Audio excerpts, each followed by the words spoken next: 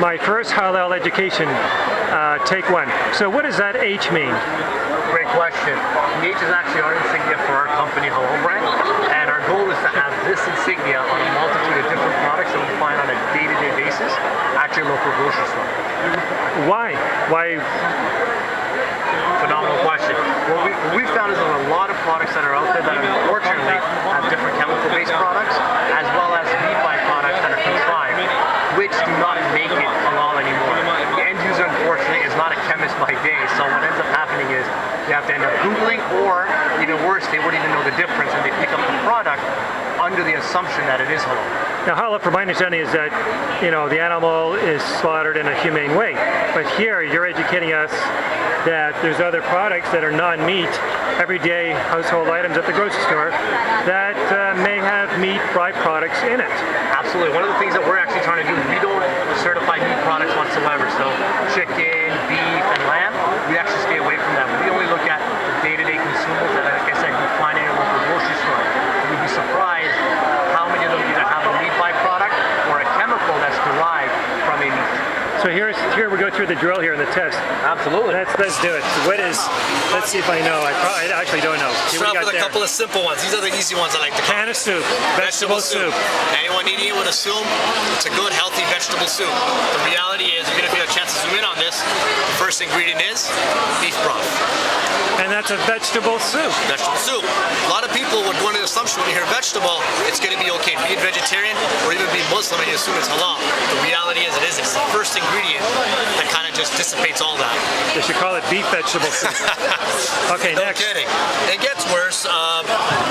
Like if we look at mini wheats here, great example. Just cereal. Proper cereal. You don't expect much of it. Or meat byproduct because it's cereal. But one of the few ingredients you'll find immediately, gelatin. Oh, correct. Right, and that's usually derived from pork.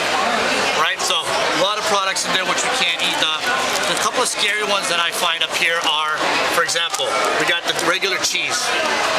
3 pieces of cheese.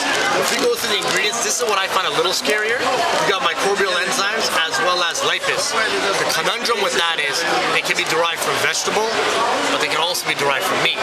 The reality is they don't have it transparently put out on the packaging indicating what it is.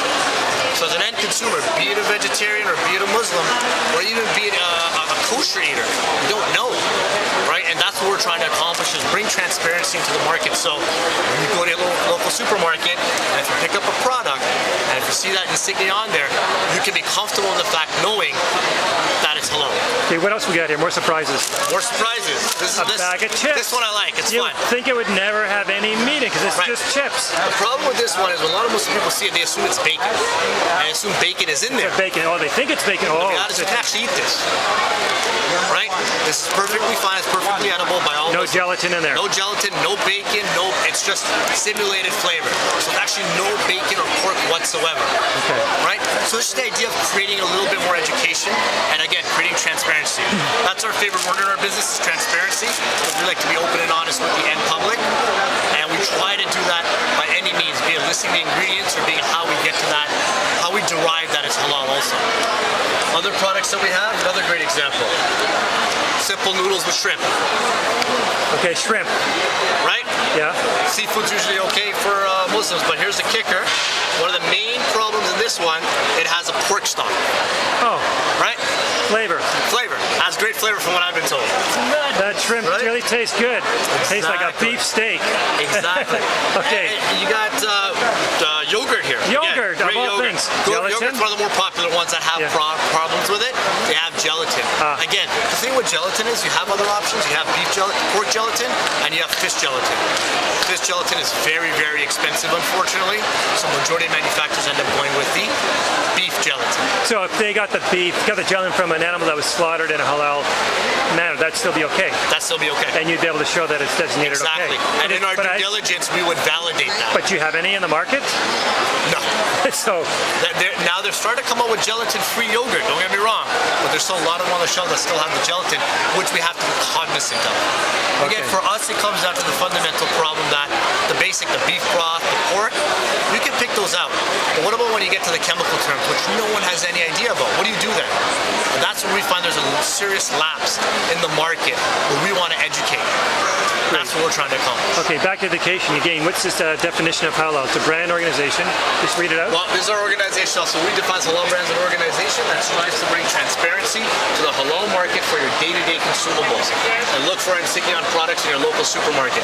The biggest reason we've started in the consumable side, more consumers eat and take the day-to-day consumables than they buy meat.